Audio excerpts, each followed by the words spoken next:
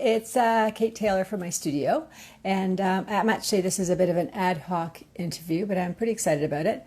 So as many of you may have known, normally I would be doing the Toronto Outdoor Art Festival this weekend, and it would be super hot because I really like to be in the sun.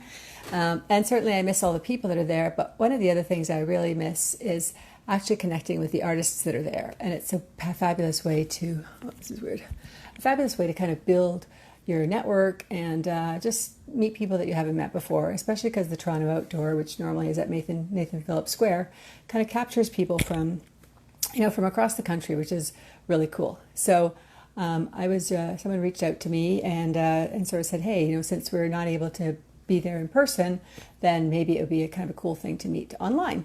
So I'm just going to wait here for her to join us. And we've got a person here, so that's cool. Thank you so much for joining us. And so this is kind of, so Toronto Outdoor is a show that for me, I really look forward to. And I am one of these crazy people that actually requests to be right in the sun because my work looks really great in the sun. And it's really, really hot. And this year would be really, really hot again. But as everybody knows, because of COVID, we are obviously online and not in person. So when Micheline reached out to me and kind of said, actually, she just said a request to join. Yes. Well, wait, so I've just invited Micheline to join me. Just to let you know, we've never met before. She reached out and said, hey, normally we'd connect. Hi. Hi. This is me and a cat. Oh, that's so cool. I thought I should try to push her down, but the more I push her away, the more she's going to want to be here. I know. I was doing an interview recently, and someone's cat, they basically closed the door, so the cat was outside. It's like you can hear her whine her the whole time. Like, may as well just let her in. Yeah, I'm just going to pay attention to her, and then she'll leave. That's right. That's right. Well, I'm so glad. I'm good. I'm so glad you reached out because I agree. It's one of the things that is so great about the Toronto Outdoor is meeting all these people from around the world and around across Canada. But you spend so much intensive time with those people. They become such good friends, and we've missed all that this year. Yes, I know, and I miss it so much. And I'm so glad you took me up on my request because I think we share so much in common.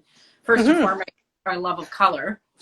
Well, I think I have one of your pieces before I knew you, because I'm looking at your website going, that looks really familiar. I think I bought it. Yeah, I bought it in Montreal, so I don't know if you sell in Montreal. Maybe. Maybe. I'm not sure. Yeah, so that's great. Around more than me. Yeah, and do you do one of a kind as well? I haven't done that yet. This is my 5th year. I started out life as a composer. I don't know. Cool. Yeah, it was. But after about 25 years, I sort of wanted to move out of my head into my hands. Mm-hmm. Little did I know that working with your hands gives you more time to think. So interesting you say that, because I was just listening to this great podcast this morning by Art Juice, which I just love. And it was about when to think and when to just do. And so this one artist they were talking, who's based in New York, but he was saying, I do all my thinking outside the studio, and then I go in the studio and it's all instinct. And I'm like, that's totally it. They got it. That's what they talk about with flow. And that's what we're all wanting, right? Mm-hmm. And to get your work moving fast enough that you can just make it a one gesture, right? And then and have a true instinct that happens. Yeah. Well, and I find certainly for me, if I start to think it gets all tight and fussy, and I'm like, and you can never get it back. Like the energy of the piece is just never free like it's supposed to be. Yeah. Well, jewelry making is a little slower process, except maybe if you're carving wax to cast. That's more gestural in terms of, I think that process is the closest to visual art that there is. The other processes are a little slower. They're, cutting and the sawing and the soldering. And so there is time to second guess yourself a little bit. But for some people that works. Well, within my practice as well, there's that sort of the process, which is to a certain degree, I think sometimes is a little bit, meditative. I mean, doing edges, I don't love doing edges, but to a certain degree, you kind of get into this rhythm, and I don't know, it just feels good. Yeah. Do you listen to music when you work? I listen to music. I've tried to listen to podcasts because there's all these great podcasts out there, but I find that once I'm in the zone, I just don't hear. Right. So I was finding the podcast, I'd listen to the beginning, and then all of a sudden it's like, oh, I think I missed about 20 minutes of the podcast in the middle of it. So then I have to go back again. It used to drive my kids crazy when I had my studio at home because I just basically play the same soundtrack because half the time I didn't listen to it, right? They're like, Mom, you got to get new music. Yeah, right. The Yeah. goldies. Well, I find when I'm working on production pieces, I can listen to podcasts and all that stuff. When I'm working on art jewelry pieces, I really have to like focus in, and everything sort of falls to the background. Yeah. Yeah. And so have you done the Toronto Outdoor before? No, this is my first year. Oh, cool. And I'm disappointed that we're not there, but I'm also secretly glad. Well, it would be super Because the hot. I heat. know. I know. I was just saying, I did it not last year, but the year before. And I've done it for a few years. And I always request to be in the sun because my art looks really good in the sun. But Yeah. it was so hot. Like, it doesn't matter what you wear. Like, your eyebrows are dripping. Like everything. It's gross. Well, you hear these warrior stories of heat stroke and heat exhaustion, but they're always Totally. happy to tell them because the show is so great. Well, It's and then like, last year, yeah, last year I didn't get in, and so it's like, okay, well that's fine. I'll go to the cottage, and then my sister got in. She's from yes. Vancouver Island, so of course she came and stayed with me. So I ended up doing the whole show anyway, and they had just these crazy torrential downpours, right? Like, I saw that. yeah. I saw that. So, And it was sudden and intense, right? For just oh an yeah, hour and then it's gone. oh yeah, like you had people trapped in your booth, like they couldn't go anywhere. So it was captive sales, I guess. That was good. Yeah, yeah. I mean, that's kind of, I think it's a pioneering spirit that attracts us to do outdoor shows. I agree. I really like them. I really, really miss the people and I don't love schlepping the tent. I'd love to hire someone to do that part of it. But even in the heat and stuff, I just love talking to all the people and getting the feedback. And I don't know, that energy of a show is just really wonderful. And they've done a great job of, doing the online store, but without the energy of the individuals in each storefront, it's really hard to, I think, have the same level of sales and connection. I totally agree. I mean, I've only been at this for 5 years, and I'm getting more and more shows under my belt. But the energy of the show, there's nothing that beats that immediate feedback. Yeah. And you'll see people walk up to your tent and their eyes land on something and their face lights up. And you want to give them a moment, right? Because they're having a moment with your work. But at the same time, totally. say, what do you see? Do you like me? You really like me. Yeah, really. So it looks like you've got some work behind you. Do you want to show everybody what you would be? Sure. Pretend it's your tent. So here's some of the color. Yeah, that's cool. I love your pink ones. I'm a huge pink fan. Anyone knows me, I love pink. Oh yeah, I love that one. So And the earrings, I love the drop earrings are cool. I wore pink and turquoise in your honor, Kate. Oh, thank you. These are from my Frida line, Frida Kahlo. Oh yeah, I read about that. Yeah. So they're based on her flower crowns. It's sort of a distillation of a flower, Mm-hmm. and color, and the process is powder coating pigment. Mm. And so I used to do enamel, but I found it to be too fragile. I'm sort of a person that uses the good china every day, and I'm the same with my jewelry. Yeah, me too. I tend to wear things hard, right? And so I found that powder coating suits me best. And that, like, and I talked to people about it, and they said, well, what is powder coating? And I said, it's the process by which people paint cars, right? So I joke that I could drive my ring down the 401 at 120 and nothing would happen to it. Well, that's pretty cool. Yeah. But then here's another example of what you can do with a powder coating. So this is a brooch. Wow. And this is one of my art pieces. So this is really this unusual. is a one-off for production. And I was focusing on, actually it was an exercise in not over planning because I tend to be a planner and a Yeah. thinker. And I just wanted to go with a flow on some organic shapes and see how it developed. And then it just sort of evolved from there. So it was a good but difficult exercise for me. And then once I had the shapes, it took me maybe a month of planning to decide on the colors. Oh, wow. Planning didn't go all the way. Yeah. Yeah, and then these are my Matisse pieces. Oh, those are beautiful. Those Yeah. are powder coated as well. Yeah. I mean, I work a lot in color. And I like to say, even when that color is black, because black's a color too, or Yep. so these are my minimalist line. So they're a very, very matte black. I like to call them the Death Star black. Color from which no light emits. Yeah, that's right. Oh, that's a cool name. Yeah, and so I as I said, I work on production, but mostly in color, and I also work on art pieces. So can I ask you about your art? Sure, yeah. Well, actually, I'm curious. How did you find me? Like, how did you decide to reach out to me? Well, we did a show together. You may not remember. It was in the Brunswick Brewery through Jamie Micheline. Oh, of course. Yes, I knew you looked familiar, and I was like, I don't do that many non-art shows. Like, they're just art. So I was trying to figure out where I knew you from. Yeah, and right. I think that was last year. It's very show. It's a small term, but interested, and I remember it mostly for developing a love of mango beer. I don't think I tried it. Yeah, that sounds good. So sounds very refreshing. That's right. Yeah. Okay. I'm sorry, I'd forgotten because I'm like, oh, the name's familiar. The jewelry is definitely familiar because I know I have some, and the face is familiar. I just couldn't place it. Yeah.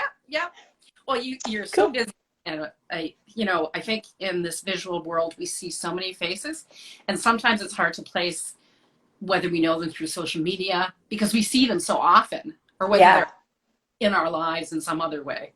Yeah, and it's funny too. That's another thing about the outdoor shows, and people will have followed you on Instagram and they know all the details of your life, and they're really engaged, which is super cool. And then you meet them in real life, and you're like, I feel like I've known you forever. I feel like it's weird that it's the first time I've actually met you.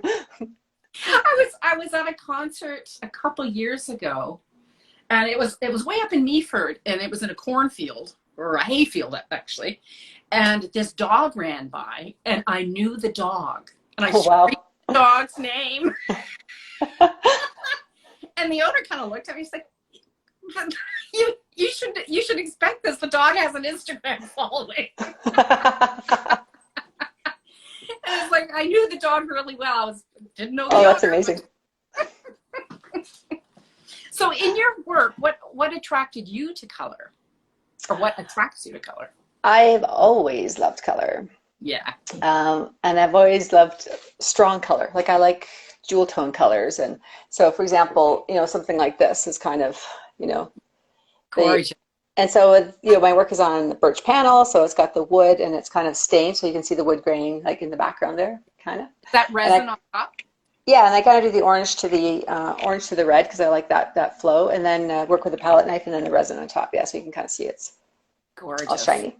And so I do a couple of different collections, but then I also do then occasionally I like to do something that's really non kind of color, but still has the colored pieces in it. So it has tone and overwhelming value, right? Mm-hmm. The values are very similar. And I love color, so it's kind of like this is one of my favorite kind of colors. It's kind of like the magenta, and so this is part of my energy and motion collection. So I don't remember if this one's actually on my Toronto Outdoor store, but my little treasures all are.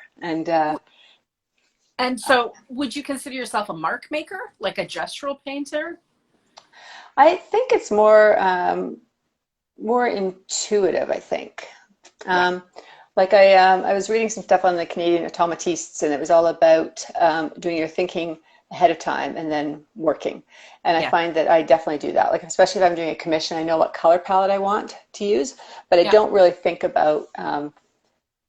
I don't know. Like it's a combination of conscious mark making when I'm starting because I want to get the structure of what the piece is going to be. Right. And I mix my colors on the knife, so I want to make sure I've got, each petal is really interesting, and you probably can't really see it. Here's a black one, actually. So you work mainly with a palette knife? Yeah, always with a palette knife. So you can kind of see that these stripes here, there's multiple colors on a single swipe. So that's really, the goal is that each of those little fish is really interesting. And then once I have that structure down, then I just kind of keep building it pretty intuitively. And beautiful. It's funny because I'll have days sometimes when I come home and, you know, my husband's like, oh, how did it work out? How did the painting go? Or whatever. I'm like, I'll tell you tomorrow because I don't really know. I have to go look at it fresh tomorrow. So, of course, that's the case. But do you find that when the colors, it's oil or acrylic? Acrylic. I'm inherently really impatient, so I do not have the patience for oil to dry. So, with acrylics, what you see is what you get, right? It doesn't change when it dries. Yeah, pretty much. Yeah. What does happen though is that when I stain, because I stain the background so I can see the wood grain, and what happens is, you know, when colors get absorbed into the wood, they can kind of dull a little bit. Yeah. And so for the ones that I'm going to resin, when I resin them, it really saturates the color and makes it really poppy. And for other ones, I'll put like a satin varnish on it, so it saturates the color, but it doesn't have the resin. Right. So that people can really feel the texture of the palette knife work, because that's often why people like palette knife work, is for the texture, and then the resin flattens that out. So it's kind of a yin yang type thing going on there. I went to the Turner show at the AGO years ago when it was there, and I'm the one that the security guards always have to come up to, because I like to look at paintings from the side to see the texture. Oh, I know. Getting really close. Like I was in the Musée des Beaux-Arts, and they had these huge Jean-Paul Riopels, which is a huge fan of mine. And it takes everything in me not to go and touch them because they're so textural and they're so beautiful. Yeah. Do you find that people... somebody, Sorry, somebody's calling me. I didn't know that. I thought if you're on Instagram Live, we're supposed to not do that. Sorry about that. You to tell you you're on Instagram. Maybe, yeah. Telling I'm upside down or my bra strap showing or something. Do you find that people at shows, especially the outdoor shows where there's lots of light, do you find that people tend to interact with the texture more or the color more? They're definitely drawn into the color, and there's definitely people that I can tell by what they're wearing that they're going to walk right past my booth. There's not going to be anything in there that's going to interest them. It's way too strong. It's way too, too much. Yeah. One of the things that I do try and do though is that if I have a colorful background, I tend to try and have a more natural or neutral foreground. So the petals will be more greens and more organic colors. Right. And, you know, it's like I want to capture the energy that's in nature, but I don't want to cross over to the chaos. But some people have a different definition of where that boundary is. So some people find that it's just too busy, and other people just see it for what I see it as, like, you know, petals floating in the wind or fish in the water. Pattern and movement, right? Yeah. You can see it, right? It's not complicated. It's beautiful. It's natural. Well, really. The other thing too is, you know, being an abstract painter, already there's a whole bunch of people that aren't going to like what you do. Like they're, you know, people that judge art by whether or not they can recognize something in it, something of themselves, or they can say, okay, that's a house or whatever. And that's totally cool. It's just, that's not what I do. So I already know that there's people that aren't interested in my work right off the bat. What I find is really cool is when people are attracted, and you can see them, like you were saying, they kind of beeline across, and they're like, oh my God, I love this work. I really need to have it. And then you go in their house to deliver it, and you realize this is really the first piece of abstract modern work they've had, and everything else is super traditional. And I just love the fact that you can kind of, I don't know, it helps them shift, but in a way that obviously they're comfortable with. Which is huge. Yeah. Huge. I just think that's really fun. I find that my Matisse earrings are a good crossover piece for people because everybody understands a leaf.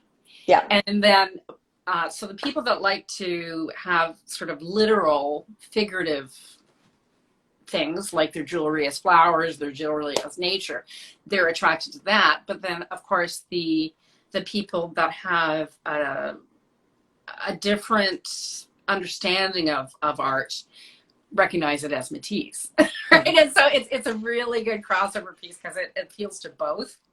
Yeah. And I think, you know, the other thing that for me is that my creation, for me personally, is in the energy of the creation. Like, you know, I want to infuse it with kind of joy and energy and happiness, and hopefully that comes through in the piece, and hopefully then that comes through in somebody's home. And so for me, once the painting is done, if somebody else sees something different in it, I think that's really cool. I don't have a problem with if they're like, I had, you know, some people that are saying, oh, I see feathers or I see buildings, which I find was a little odd, but whatever. Like if you see that and that talks to you and you get a visceral feeling of connection to this piece, I think that's super cool. Yeah, of course. Yeah. It's interesting when I do my art pieces, there's always my art jewelry pieces, there's always the artist statement that goes with it. But I've learned to surrender that to the world once it's exhibited. And I mean, when I was younger, when I was composing, there would be an artist statement too. And it was a little harder for me to surrender it. But now it's more of an act of generosity, because I give the piece to them. Yeah. Right. And it becomes what it is for them. Yeah. And I think, you know, everyone's unique, right? They all are looking for something that's unique, and they're looking for something that defines their own uniqueness. And therefore, by that very nature, you can't please everybody, you know, and that's okay. That's cool. Yeah. Yeah. You'd like to silence the critics every now and then, though. We won't talk about that. Yeah, that's right. I don't know, they make for great art stories, though. Those people that come in, they're like, oh my God, it's abstract. My 5-year-old could do that. And I'm like, oh, whatever. Oh, great. Did they? No, Yeah. they did. Well, no, I always say, wow, you have an incredibly talented 5-year-old. That's a great response. I mean, what are you going to do, right? It's like, I can't really argue with you. Your 5-year-old maybe is super talented, but I don't quite understand why you feel the need to come into my booth and insult me, but hey, that's fine. Well, I now that I've started jewelry too, I found that since the craft movement seems like everybody's on Etsy. Yeah. Instead of coming into my booth and saying, my 5-year-old could do that, they do say, oh, my aunt makes jewelry. Yeah. And I'm sure she does. But is she using a soldering iron? Is she doing, this is not necessarily your make in front of the TV craft. Right. Yeah. And it's a delicate balance for people sometimes to recognize, especially in abstract work, the craft and the technique and the thought and the experience that goes into each piece, right? Oh, totally. I probably spend more time actually thinking about it than I do actually doing it. Yeah. Yeah. You know, if you look at the actual number of hours that are kind of like with the actual physical working on it. Yeah. But that's also part of the process, right? Like Stephen King doesn't just like write his whole novel out, right? There's a lot of thinking and planning. And then in the end, you have a novel which is this big, and that's, you know, accumulation of many, many hours. Yeah. Well, I think I'm hoping, and the more social media and the more opportunity there is for artists to speak for themselves, that the more these ideas will become present in the zeitgeist. Right? That there'll be less people coming in and saying my 5-year-old could do that. I hope so. We appreciate what's at stake and what's happened. Yeah. So if people want to buy your work, where do they buy it? So KateTaylorStudio.com is my website. So all of my little 6x6s, which I call my little treasures, are my e-commerce store is there, so you can just buy them directly. Obviously, I have a booth at the Toronto Outdoor under Kate Taylor. I do a lot of commissions. So usually what happens is people will see something that they like, and then I'll do commissions for them for their specific sizes and stuff. So yeah, and spaces, I'm sure. Yeah, like a lot of times they really like a piece, but it needs to be a different size, right? So that's kind of what I'm working on right now. So, which is of course challenging, the whole COVID thing where you have to rely on somebody else's photographs to figure out exactly what sizes things are. But so far it works out okay. Yeah, though there are those measuring tools on all the apps now, which are nice. But I'm sure they're not doing color correction for their sofa. I try hard not to match their sofa. And how about you? So you're obviously on the Toronto Outdoor store as well. Yeah, but I sell in boutiques. I sell at Major Look in Toronto, a couple places in Montreal, but mostly online. My website, Atelier J, ATELIER, and the letter J for jewelry.ca, and it's all shoppable. That's cool. Yeah, no, actually, I did forget. I shouldn't. It's terrible. Also in Toronto, you can get them at Art Gallery, Petroff Gallery, PI, Fine Arts, a number of art galleries too online. So, Yeah. Yeah. so many places. Yes. Well, this was super fun. It would be even more fun if we could have shared a glass of wine or something together, but hey, that'll be next year. Maybe next year. Exactly. Yeah. Thanks so much, Kate. It's so good to see you, even at a distance, even virtually. Yeah, it was so great to see you too. And yeah, just it's a fabulous idea. So yeah, it's cool. Here's All right. to you, buddy. Yeah. enjoy the show. I feel like I'm so hot. It's like just like me in the show. Yeah. No rain. Yeah, that's true. Bye. All right, bye. Thanks a lot. Thank you. Hey, so thanks for joining us. That was basically Toronto Outdoor Artist that we had the opportunity to meet. Sans a tent, but I think that's a fabulous idea. So I think she's probably going to Atelier J. She's probably going to reach out and do this with more artists, and I think I'm going to as well. So I think it's a fabulous idea. But if you are around on Thursday at 11 o'clock Eastern Standard Time is my next episode of Talking to Artists, and I will be interviewing Marjolaine Vanderhart, Memory Art Girl, about what she's doing during the Great Pause, her studio, her digital seminars that she's doing. So hopefully you can join us. And it's so hot up here in my studio right now. I'm dying, but hopefully you're having a great day. Okay, bye.